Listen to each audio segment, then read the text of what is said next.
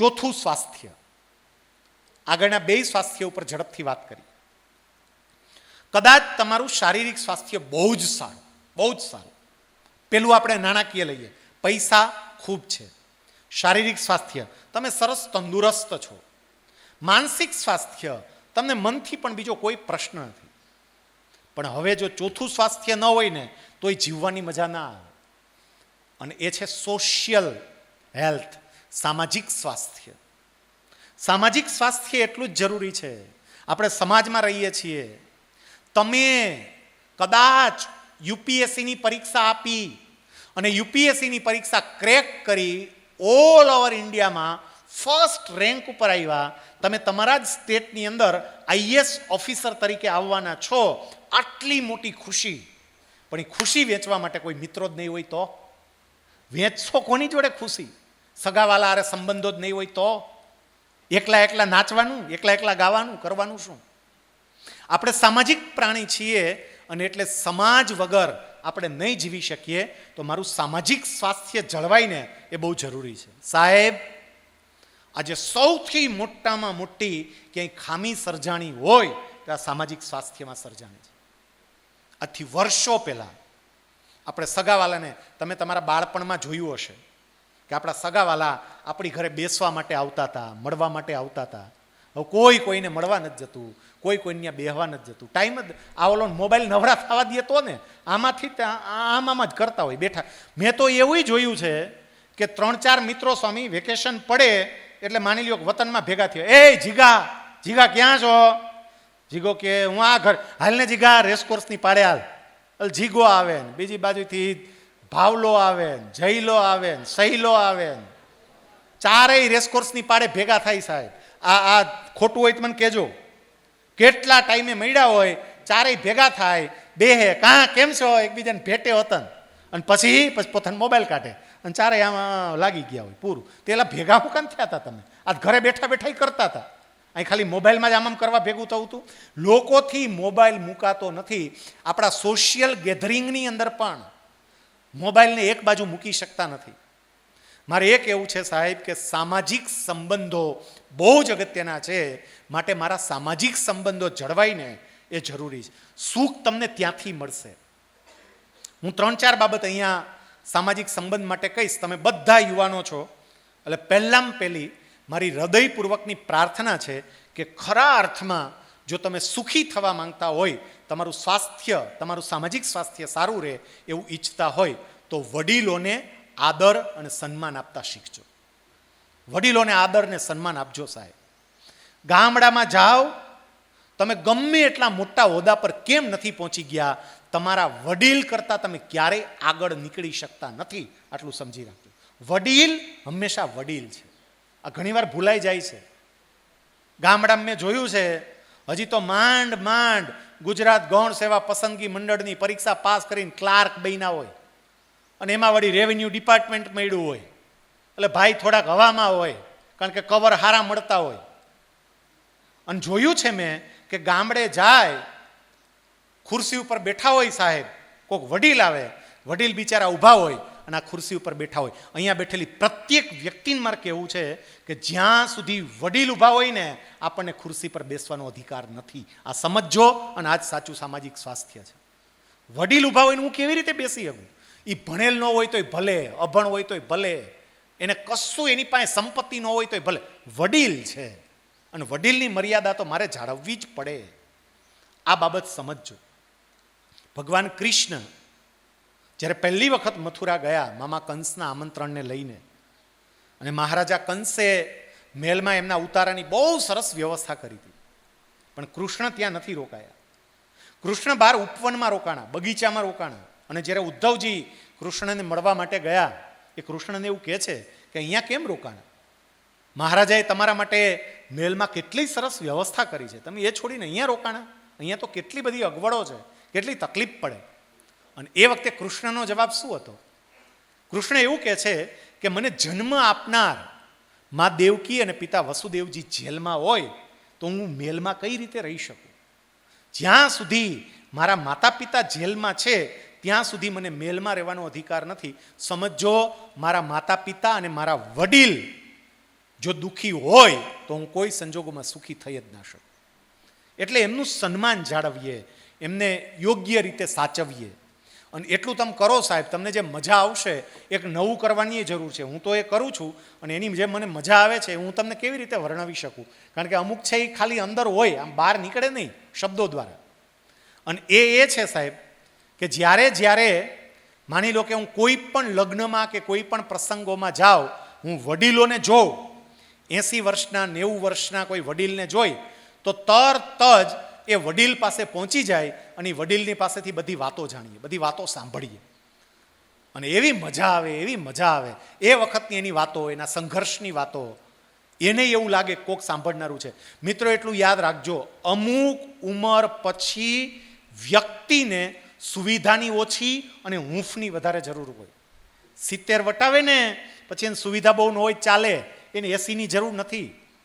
પણ તમે ગમે ત્યાં નોકરી કરતા હોય, તમે ગમે તે જગ્યાએ હોય સાહેબ, આ મોબાઈલમાંથી તમારા દાદાને, તમારી દાદીને એકાદ ફોન કરીને ખાલી એટલું કહો ને, બા કેમ છો, બાપુજી, દાદા તબિયત, એટલા રાજી થશે, દાદા એટલા રાજી થશે, બા એટલા રાજી થશે.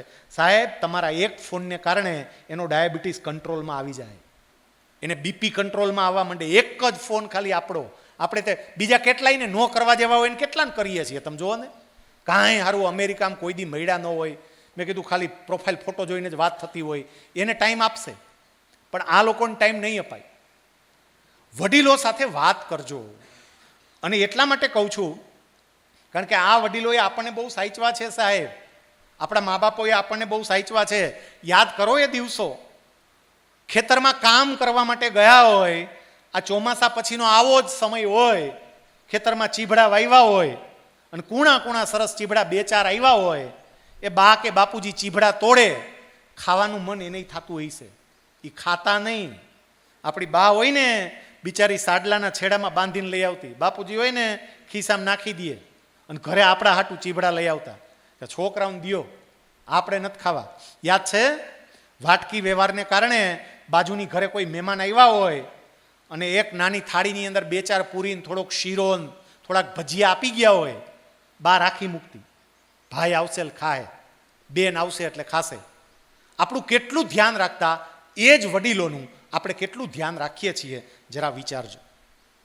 એટલે સામાજિક સ્વાસ્થ્ય માટે વડીલોનું ધ્યાન રખાય એ બહુ જરૂરી છે. બીજું, સામાજિક સ્વાસ્થ્ય આપણું ત્યારે જ જળવાય કે જ્યારે આપણે આપણા પરિવારના તમામ લોકોને એના સ્વભાવ સાથે સ્વીકારતા શીખી શકીએ. બધાયના સ્વભાવ જુદા જુદા હશે, આ સમજવાનું, પણ તમામને પોતાના સ્વભાવ સાથે સ્વીકારશો તો જ તમારું સામાજિક સ્વાસ્થ્ય સારું રહેશે. રસોડાની અંદર જે મસાલિયું હોય, મસાલિયું ભલે તમે રસોઈ બનાવી ન હોય પણ મસાલિયું જોયું તો હશે જ બધાએ, તમામે મસાલિયું જોયું છે. એ મસાલિયાની અંદર અલગ અલગ પ્રકારના મસાલા હોય, એ મસાલાની કલ્પના કરો તો જરાક. હવે એમાં શું શું હોય? એક તો લાલ મરચું હોય, તીખું હોય, એની અંદર હળદળઈ હોય, તુરી હોય, એમાં મેથી દાણા હોય, એ કડવા હોય, એમાં મીઠું હોય, એ ખારું હોય, એમાં ખાંડઈ હોય, એ ગળી હોય. બધુંય અલગ અલગ, બધાય સ્વભાવ અલગ અલગ, પણ બધુંય શાકમાં નાખો અને શાક જે ટેસ્ટી થાય. સાહેબ સમજો, ઘરમાં કોઈક મેથી જેવા કડવાઈ હશે, ઘરમાં કોઈક મરચા જેવા તીખાઈ હશે, ઘરની અંદર કોઈક મીઠા જેવા ખારાઈ હશે, ઘરમાં કોઈક ખાંડ જેવા ગળ્યાઈ હશે, પણ એ બધાય હોય ને ત્યારે જ ઘર સરસ રીતે ચાલે. બધાય ગળ્યા જ હોય તો ઘર ન ચાલે. ખાલી ખાંડથી બનાવજો શાક, જાઓ, હા તો બહુ સારી ગળી બનાવજો, મજા જ ન આવે. એમ ઘરમાં કોઈક ખીજાવાવાળું જોઈએ તો જ મજા આવે, કોઈક બોલે એવું જોઈએ તો જ મજા આવે, કોઈક ખારું જોઈએ તો જ મજા આવે. આ બધાને સ્વભાવ સાથે સ્વીકારજો. એક સરસ મજાની વાર્તા મારે તમને કહેવી છે, જો આ વાર્તા આપણને સમજાઈ જાય ને સાહેબ, આપણા કેટલાય સામાજિક પ્રશ્નો એનો નિવેડો આવી જાય. બહુ સરસ મજાની નાની એવી વાર્તા છે. એક શિક્ષક, ગણિતના શિક્ષક, વિદ્યાર્થીઓને ગણિત ભણાવે. તમારી જેમાં સહજાનંદ ગુરુકુલની અંદર પ્રાઇમરીનો એક ક્લાસ સાહેબ લેતા હતા.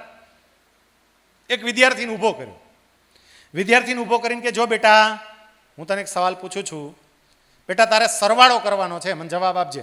હું તને એક સફરજન આપું ફરીથી એક સફરજન આપું, ફરીથી એક સફરજન આપું, તારી પાસે કુલ કેટલા સફરજન થાય?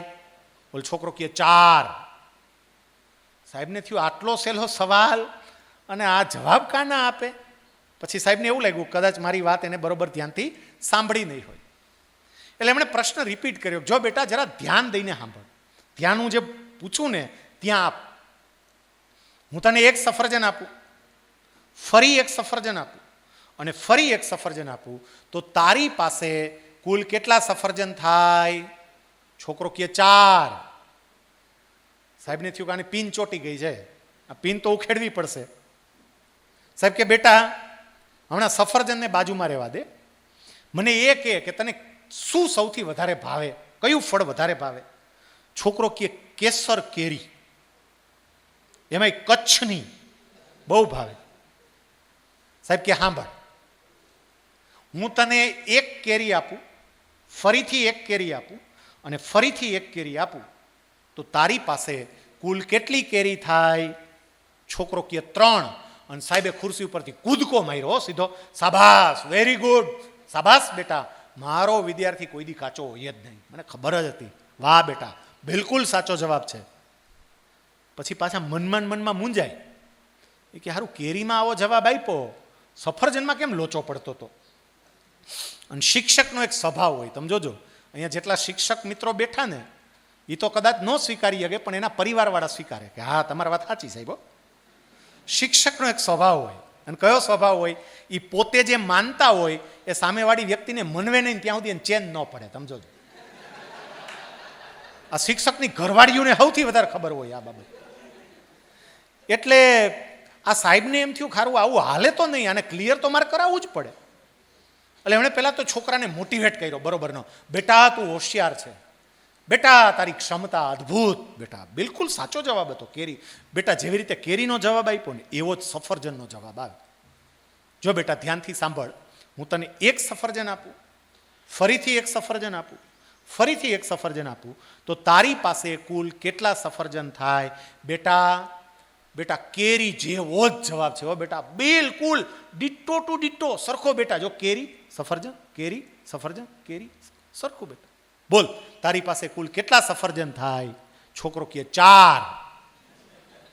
સાહેબે પોતાના માથાના વાળ ખેંચ્યા અને પછી ટાંકી ફાટી. બધા વિદ્યાર્થીઓની હાજરીમાં ઓલોને બરોબરનો લીધો કે અરે ગધેડા, આ કેરી 3 થાય તો સફરજન 4 કેવી રીતે થાય? છોકરાએ દફતરમાં હાથ નાખીને એક સફરજન બહાર કાઢ્યું કે મારા બા એક ભાગમાં દીધું છે. 3 તમે દેતા હતા ને એક મારા બાએ દીધું હતું, એ મારે ગણવાનું કે નહીં ગણવાનું? સફરજન કેટલા થાય? સફરજન કેટલા થાય? 4. કેરી બાએ નહોતી દીધી, કેરી તમે 3 દેતા હતા, કેરી 3 થઈ. આપણને બધાને હસવું આવ્યું, પણ સમજો મિત્રો, સમાજમાં અને પરિવારમાં મોટા ભાગના પ્રશ્નો અહીંયા જ સર્જાય છે. આપણે એમ માનીએ કે સફરજન 3 એટલે અપેક્ષા રાખીએ બધી વ્યક્તિ સફરજન 3 જ બોલે, પણ સામે કોઈ સફરજન 4 બોલે ને એટલે આપણી ટાંકી ફાટે. સફરજન 3 એ તમારી વાત 100% સાચી, પણ સામે કોઈ સફરજન 4 કહે ને તો એ સાચા હોઈ શકે, કારણ કે એને દેખાતું હોય, આપણને દેખાતું ના હોય. માત્ર હું જ સાચો એવું નહીં, મારા મમ્મી પપ્પા સાચા હોઈ શકે. માત્ર હું જ સાચો એવું નહીં, મારા નાના ટાબરિયા સાચા હોઈ શકે. માત્ર હું જ સાચો એવું નહીં, મારા બોસ પણ સાચા હોઈ શકે. માત્ર હું જ સાચો એવું નહીં, મારી પત્ની પણ સાચી હોઈ શકે. માત્ર હું જ સાચો એવું નહીં, મારો પડોશી પણ સાચો હોઈ શકે. આપણે એ રીતે જીવીએ છીએ, હું જ સાચો, બાકીના બધા ખોટા. અને તમે સાચા એ વાત 100% સાચી, હું એમ જ કહું છું, પણ સામેવાળી વ્યક્તિ સાચી હોઈ શકે. અંગ્રેજીમાં 6 લખ્યા હોય, આ સમજો, અંગ્રેજીમાં 6. એક વ્યક્તિ મારી તરફ ઊભી હોય, એ આમ જોઈને કે બહુ સરસ લખ્યું છો, કહો કે 6, વેરી નાઇસ, બહુ સરસ, વાહ, ગુડ. એટલે સામે કોઈક વ્યક્તિ ઊભી હોય, આમ જોઈને કે આ તો 9 છે, ઇટ્સ 9 નોટ 6. ચશ્મા ચડાવો બરોબર, જો. એટલે આ બાજુ 6 છે, 9 ક્યાં છે? બે વ્યક્તિ બરોબરની ઝઘડે. એક વ્યક્તિ એમ કે 6, બીજી વ્યક્તિ એમ કે 9, 6, 9, 6, 9, બરોબરનો ઝઘડો થાય. આ બંનેમાંથી સાચું કોણ? ચલો, સાચું કોણ? બંને. અને તમે ત્યાંથી પસાર થાવ છો, તમે શ્રી સહજાનંદ ગુરુકુળના વિદ્યાર્થી છો, ઝઘડો સમાવવામાં માનનારા, અને તમારે એ બે વચ્ચેનો ઝઘડો શાંત કરી દેવો છે, બે ઝઘડતા બંધ થઈ જાય એવું કરવું છે, તો તમે ત્યાં એવું શું કરો કે બે ઝઘડતા બંધ થઈ જાય? બિલકુલ આ સાહેબે આગળ જો તરત જ ઈશારો કરીને બતાવ્યું, આમ કરવાનું, આમ આમ એટલે સ્થાન બદલવાના. ઓલાને કહે એ આ બાજુ આવતો જરાક આ બાજુ આવી જાય, અહીં ઉભો રહે, અહીં જે હોય ને એ ઓલી બાજુ વયો જતો, આ ઓલી બાજુ જે નવ રાયડું પાડતો હતો ને એ આ બાજુ, હા સારું છઈ છે હો, આ બે વાત સ્વીકારી. સાહેબ, પારિવારિક અને સામાજિક સ્વાસ્થ્ય માટે સ્થાન બદલતા શીખો. દીકરા તો રોજ હોય, ક્યારેક તમારી જાતને તમારા માતા પિતા કે વડીલોના સ્થાને મૂકો ને તો એની વેદના સમજાય. પતિ તો રોજ હોય, ક્યારેક આપણી જાતને પત્નીના સ્થાને મૂકીએ ત્યારે એની વેદના સમજાય. વિદ્યાર્થી તો રોજ હોય, ક્યારેક તમારી જાતને શિક્ષકની જગ્યાએ મૂકો ત્યારે એની વેદના સમજાય. અને શિક્ષક રોજ હોય, ક્યારેક તમારી જાતને વિદ્યાર્થીની જગ્યાએ મૂકો તો એની વેદના સમજાય. હું સ્થાન બદલું, ખાલી મારી દ્રષ્ટિએ નહીં, સામેવાળી વ્યક્તિની દ્રષ્ટિએ પણ વિચાર કરું, અને એવો વિચાર કરો ને તો ઓટોમેટિક બધું શાંત પડવા માંડે, પ્રશ્નો ઓટોમેટિક શાંત થાય. ગુજરાત સરકારની એક વાસ્તવિક ઘટના કહું, બનેલી સત્ય હકીકત કહું છું. હું ગુજરાત સરકારમાં કામ કરતો તો એજ્યુકેશન ડિપાર્ટમેન્ટમાં શિક્ષણ વિભાગમાં એક સેક્રેટરીની નિમણૂક થઈ. ઘણા વર્ષો પહેલાની વાત છે. એ વખતે 2500 રૂપિયા ફિક્સ પગાર હતો શિક્ષકનો મહિનાનો. તો શિક્ષકને પેલા સેક્રેટરીની નિમણૂક થઈ, પ્રિન્સિપલ સેક્રેટરી, અગ્ર સચિવ કહેવાય, સિનિયર આઈએએસ ઓફિસર.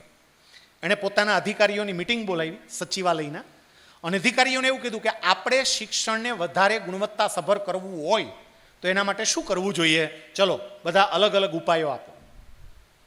જુદા જુદા ઉપાયો આવ્યા. એમાં એક ઉપાય મોટા ભાગના તરફથી એ આવ્યો કે શિક્ષણને ગુણવત્તાસભર કરવું હોય તો શિક્ષકોનો ફિક્સ પગાર છે ને એને પૂરો પગાર કરી દો પહેલાં તો, કારણ કે 2500માં આપણે એટલી અપેક્ષા ન રાખી શકીએ. પગાર પૂરો આપવો પડે, શિક્ષકને પૂરો પગાર. પછી કહેવાવાળા હતા એ કહે પાછા ખરા કે સિંગાપોરની અંદર એજ્યુકેશન સિસ્ટમ આવી છે, જાપાનની એજ્યુકેશન સિસ્ટમ આવી છે, ત્યાં શિક્ષકને આટલો પગાર મળે છે, આપણે તો આટલો જ પગાર છે. ના, સેક્રેટરીની વાત બેહી ગઈ, વાત તો તમારી સાચી છે. સરકારમાં જે કામ કરતા હોય એને ખબર હશે કે સરકારના કોઈ પણ વિભાગે આવો કોઈ પણ પ્રકારનો નિર્ણય લેવો હોય એટલે નાણાં વિભાગની મંજૂરી લેવી પડે. સરકારમાં નાણાં વિભાગે આવે. એટલે આ સેક્રેટરીએ એક પ્રપોઝલ તૈયાર કરી, એક દરખાસ્ત તૈયાર કરી શિક્ષકોનો પગાર પૂરો કરવા માટેની. નાણાં વિભાગમાં દરખાસ્ત ગઈ. જેવી રીતે શિક્ષણ વિભાગમાં સેક્રેટરી બેઠા હોય એવી રીતે નાણાં વિભાગમાં પણ બેઠા હતા. અને નાણાં વિભાગના એ સેક્રેટરી પાસે જ્યારે દરખાસ્ત આવી ત્યારે એને દરખાસ્તને નામંજૂર કરી. એને લખ્યું એ દરખાસ્ત ઉપર કે સરકારની નાણાકીય નીતિઓને ધ્યાને લઈ આ દરખાસ્ત મંજૂર કરી શકાય એમ નથી. અને નામંજૂર થયેલી દરખાસ્ત પાછી આવી. જ્યારે દરખાસ્ત પાછી આવી ને ત્યારે શિક્ષણ વિભાગના એ સચિવ પોતાના અધિકારીઓને બોલાવી અને અધિકારીઓની હાજરીમાં નાણાં વિભાગના સચિવ વિશે એટલું ખરાબ બોલ્યા હતા કે અહીંયા કોને બેહાડી દીધો છે કંઈ ખબર પડતી જ નથી. આ તમે બધા સૂચનો આપ્યા કરો છો, આ સૂચનનો અમલ કરે એવો છે જ નહીં. અહીંયા ન કરવાના હોય અહીંયા કેટલા ખર્ચા કરે છે, અહીંયા જેને પેટમાં દુખે છે, અહીંયા જેને નાણાકીય બધી સ્થિતિઓ યાદ આવે છે, આમ કરીને કેટલુંય બોલ્યા. વાત પતી ગઈ, પૂરું થઈ ગયું. અમુક વર્ષ પછી શિક્ષણ વિભાગમાં જે સચિવ હતા ને એની જ બદલી નાણાં વિભાગમાં સચિવ તરીકે થઈ. એ નાણાં વિભાગના સચિવ બન્યા. અને હજી ઓલી ફિક્સ સિસ્ટમ તો ચાલતી જ હતી. શિક્ષણ વિભાગમાં નવા સચિવ આવ્યા. શિક્ષણ વિભાગમાં અધિકારીઓ તો ઓલા પાછા જૂના જ હતા હજી. તો એ અધિકારીઓ આ નવા સચિવને કીધું સાહેબ એક કામ કરવું હોય કરવા જેવું છે અત્યારે. એ કે શું? તો કે આપણા શિક્ષકોને પૂરો પગાર મળી શકે એમ છે. કેવી રીતે? તો કે નાણાં વિભાગમાં અત્યારે સચિવ બેઠા છે, પહેલાં આપણે અહીંયા જ હતા અને એને દરખાસ્ત તૈયાર કરી હતી અને નામંજૂર થઈને આવી ત્યારે આવડી આવડી ગાઈડો દીધી હતી. એ જ અત્યારે બેઠા છે. દરખાસ્ત કરવા જેવી છે. અને કરી સાહેબ દરખાસ્ત, પાછી રિવાઇઝ કરી દરખાસ્તને પાછી મોકલી. હવે એના ટેબલ ઉપર દરખાસ્ત આવી કે જે મૂળભૂત રીતે જેણે તૈયાર કરી હતી અને એ જ વ્યક્તિ એના પર નિર્ણય લેવાનો હતો ત્યારે દરખાસ્ત ઉપર એને લખ્યું છે સરકારની હાલની નાજુક નાણાકીય પરિસ્થિતિને અને નીતિઓને ધ્યાનમાં લઈ આ દરખાસ્ત મંજૂર કરી શકાય તેમ નથી. સમજાય છે? એ તો ન્યા બેહો ત્યાં જ સમજાય. એમ આપણે સામેવાળાની જગ્યાએ જાતને મૂકીએ ને ત્યારે જ સમજાય. પરિવારની અંદર અને સમાજની અંદર સંબંધો સાચવવા માટે માત્ર હું જ સાચો એવો કક્કો નહીં પકડી રાખતા. સાહેબ, એક વખત એક ઘટના એવી બની હતી, આ એ વાસ્તવિક ઘટના છે. એક લીડર એક બાબતે ચર્ચા કરતા હતા. લગભગ એમના 10-12 અનુયાયીઓ હશે. એ 10-12 અનુયાયીઓ ત્યાં હતા હાજર. ધર્મગુરુ હતા, એક ચર્ચા કરતા હતા. 10-12 અનુયાયીઓ એના હતા, એ બધા ત્યાં હાજર હતા, બેઠા હતા. બધા હારે વાર્તાલાપ ચાલતો હતો. અચાનક કોઈનો ફોન આવ્યો. એટલે પેલા ધર્મગુરુને ફોન આપવામાં આવ્યો. એમને ફોન ઉપાડ્યો, ફોન ઉપર વાત કરી. ફોન ઉપર વાત કરી એટલે ખબર પડી કે સામે છેડે જે વ્યક્તિ છે ને એને પોતાની કેટલીક અંગત વાતોની ચર્ચા કરવી છે. એટલે આ પોતાની જગ્યાએ ઊભા થયા. ઊભા થઈને વાત કરતાં કરતાં બાજુના રૂમમાં વયા ગયા. બાજુના રૂમમાં 5-1 મિનિટ વાત પૂરી કરી. વાત પૂરી કરીને ફરી પાછા આવ્યા. ઓલા બાકીના બધા 8-10 લોકો એમને ત્યાં બેઠા જ હતા, ત્યાં આવી અને ફરી પાછા એની વચ્ચે બેસી ગયા અને પાછી વાત ચાલુ થઈ. એટલે જે પેલા 10-12 8-10 વ્યક્તિઓ હતા એમણે તરત જ આ લીડરને એવું કહ્યું કે તમે લીડર છો, તમે બોસ છો, અગત્યનો ફોન હતો તો તમે શું કામ એને બહાર ગયા? અમને કેવું તું ને, અમે બધા જતા રહેત. તમે બોસ છો, તમે એમને કહી શકો. અને ત્યારે એમણે જે જવાબ આપ્યો ને સાહેબ, પારિવારિક અને સામાજિક સ્વાસ્થ્ય માટે આ વિચારવા જેવું છે. એ બોસે એવું કહ્યું હતું કે તમે 8-10 જણા હતા અને હું એકલો હતો, તમને 8-10ને ખસેડવા એના કરતાં હું એકલો ખસી જાઉં તો એમાં શું વાંધો? આપણે ઘણી વખત ખસતા નથી, બધાને ખહેડવા હોય, સમજો છો. એટલે એકલો સ્વભાવ બદલને, 8-10 જણાને બદલવા જાસ એના કરતાં તું એકલો બદલી નાખ તો બધું પૂરું જ છે. હાઈ ક્લાસ ઘર હાલે એમ છે, ટનાટનને ચકા. અને એટલું યાદ રાખજો સાહેબ, હવે સમય બદલાણો છે, સ્વભાવ બદલવો જ પડશે, નકર ઘર નહીં હાલે. પેલા જેવી ઘરવાળીઓ હવે રહી નથી, એ સમજજો. આમાં જેટલા લગ્ન બાકી હોય ને ભાઈ, પેલા જેવું નથી હવે. સ્વભાવ ન બદલો તો ગયા, પૂરું. અછત છે, છૂટાછેડાના પ્રમાણ દિવસે ને દિવસે જે વધતા જાય છે. સ્વભાવ બદલવો પડે આપણે, એ બદલશે, સામસામે બે બદલે. પણ માત્ર ને માત્ર જળ બનીને હું રહીશ તો નહીં જીવી શકાય. સાહેબ, છેલ્લી વાત હવે થોડી વારમાં પૂરી કરીએ. માની લો કે આપણું નાણાકીય સ્વાસ્થ્ય, આપણે જે વાત કરી, બહુ જ સારું, બહુ જ સારું, બહુ જ પૈસા, સમૃદ્ધ. શારીરિક સ્વાસ્થ્ય, કોઈ તકલીફ નહીં, નખમાય રોગ નહીં, નખમાય, બહુ જ સારું. માનસિક સ્વાસ્થ્ય, વિચારો બહુ સારા. સામાજિક સ્વાસ્થ્ય, બહુ સારા સંબંધો, બધા યારે, બધા લોકો આપણને પ્રેમ કરે, આદર આપે. પણ આ 4 સ્વાસ્થ્ય સારા હોય, જો 5મું સ્વાસ્થ્ય ન હોય ને તોય જીવી નહીં શકાય. એ 5મું સ્વાસ્થ્ય આ 4 કરતાં પણ આગળ જાય છે અને એ છે સ્પિરિચ્યુઅલ હેલ્થ, આધ્યાત્મિક સ્વાસ્થ્ય. જો મારામાં આધ્યાત્મિકતા નહીં હોય ને તો જીવનમાં કંઈ એકાદ એવો પ્રશ્ન આવશે અને તરત જ આપણે પડી ભાંગશું. અને એટલે આધ્યાત્મિક સ્વાસ્થ્ય આ 4 સ્વાસ્થ્યથી આગળનું સ્વાસ્થ્ય છે. ગુરુકુલની અંદર કોઈ બાબત સૌથી વધારે મને સ્પર્શતી હોય તો એ છે કે તમે ડૉક્ટર બનો કે ના બનો એ બહુ અગત્યનું નથી. તમે ઉદ્યોગપતિ બનો કે ના બનો એ બહુ અગત્યનું નથી. પણ તમે સારા માણસ બનો ને એ વધારે અગત્યનું છે. અને સારા માણસ બનાવવાનું કામ આ ગુરુકુળ જેવી સંસ્થાઓ કરતી હોય છે. સારા માણસ બને એ માટે. માની લ્યો કે કોઈ વ્યક્તિ, સાહેબ, બોર્ડ ફાસ્ટ આવ્યો, બોર્ડ ફાસ્ટ, બોર્ડમાં ફાસ્ટ, હાર પહેરાવ્યો, હાથીએ બેહાડ્યો, થ્રુ આઉટ એઇમ્સમાં ગયો, એઇમ્સમાં નીટમાં આખા ઇન્ડિયામાં પહેલો નંબર, એઇમ્સમાં પીજી કર્યું, સુપર સ્પેશિયાલિસ્ટ ડોક્ટર બન્યો, ગાયનેકોલોજિસ્ટ. અને જ્યાં નોર્મલ ડિલિવરી સહજતાથી થઈ શકે એમ હતી ત્યાં સિઝેરિયન કરવાનું ચાલુ કરે તો આવા ડોક્ટરને હું ધોઈ પીવો છે? સમજજો તમે. ઘણી વખત એવું બને છે કે આપણે જ્ઞાન બહુ પ્રાપ્ત કરી લઈએ છીએ પણ આધ્યાત્મિકતાના અભાવે સમાજને જેવું જોઈએ ને એવું પરિણામ નથી મળતું. મેં તો વહીવટી તંત્રમાં કામ કર્યું છે, આ રેકોર્ડિંગ થાય છે ને તોય જાહેરમાં બોલું છું. આઈએએસ અને આઈપીએસ તમને ઓછા ઇન્ટેલિજન્ટ લાગે છે? સાહેબ, આપણા દેશની સૌથી અઘરામાં અઘરી યુપીએસસીની પરીક્ષા પાસ કરી અને આ લોકો વહીવટી તંત્રમાં આવે છે, પણ ત્યાં બેસીને અપવાદરૂપ અધિકારીઓને બાદ કરી અને બાકીના બધા કેવા કામ કરે છે ને એ બધાય જાણે છે. શું કરવાનું તમારા જ્ઞાનને? આઈએએસ છો, આઈપીએસ છો, કલેક્ટર તરીકે બેઠા છો, અને કલેક્ટર તરીકે બેસીને તમે જો એવા રોડ બનાવતા હોય જે પહેલાં જ વરસાદની અંદર તૂટી જતા હોય, શું કરવાનું? આ બતાવે છે કે ક્યાંક આધ્યાત્મિકતા જે આપણને મૂળ વિચારો આપવા જોઈએ ને એ મળતા નથી. એક તો આપણને સારા માણસ બનાવે, અને બીજું આધ્યાત્મિકતા મુશ્કેલ પરિસ્થિતિની વચ્ચે પણ આપણને સ્થિર રહેતા શીખવાડે. ઘણી વ્યક્તિઓ મને એવું કહે કે ભાઈ આ આધ્યાત્મિકતા છે એનો ફાયદો શું, સ્પિરિચ્યુઆલિટીનો ફાયદો શું? હું એટલું જ કહું કે તમે રોડ ઉપરથી આમ નીકળો તો રોડ ઉપરના જે ખાડા હોય, એ ખાડા ક્યારેય દૂર ન થાય. ખાડા તો રહે જ, હોય જ રોડ ઉપર. પણ તમારી ગાડી એમાં જો સસ્પેન્સર સારા હોય, જમ્પર સારા હોય, તો એ ખાડાનો તમને અનુભવ ન થાય. તમે મર્સિડીઝ લઈને નીકળો અને તમે મારુતિ ફ્રન્ટી લઈને નીકળો, ભચાઉથી ભુજ આવો, ભચાઉ ભુજ સિંગલ દુધઈવાળા રસ્તે, હું આવ્યો એ રસ્તે, અને મારુતિ ફ્રન્ટી હોય ને મર્સિડીઝ હોય, ફેર પડે કે ન પડે? મારુતિ ફ્રન્ટીમાં અહીંયા ભુજ સુધી પહોંચે ત્યાં કાં તો કમર હરખી થઈ જાય ને કાં ભાંગી જાય,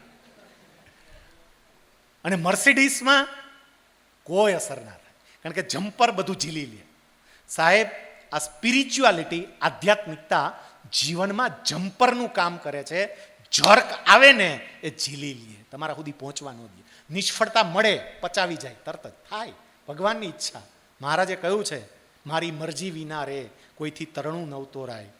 એમની ઈચ્છા, એમની ઈચ્છાથી થયું હશે, સ્વીકારી લે. અને જો આધ્યાત્મિકતા ન હોય ને તો અમુક તો ખાલી ફ્રેન્ડ રિક્વેસ્ટ રિજેક્ટ કરે ત્યાં ગાંડો થઈ જાય. તમે જોજો, અમુકમાં તો એવું થાય.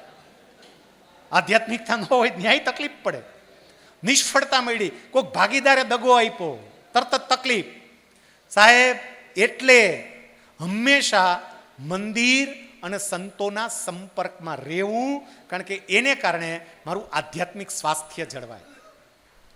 અત્યારે આ ડ્રગ્સ ને આ ને તે ને એનું જે આખું વિષ ચક્ર ફેલાઈ રહ્યું છે, સાહેબ, સ્વામિનારાયણ સંપ્રદાય વિશે ગમે એવું ઘસાતું બોલનારી વ્યક્તિ એક બાબતમાં તો સ્પષ્ટપણે એવું કે આજે ગુજરાત જો વ્યસનોથી થોડા ઘણા અંશે દૂર રહી શક્યું હોય તો એ સ્વામિનારાયણ સંપ્રદાયના સંતોને કારણે રહી શક્યું.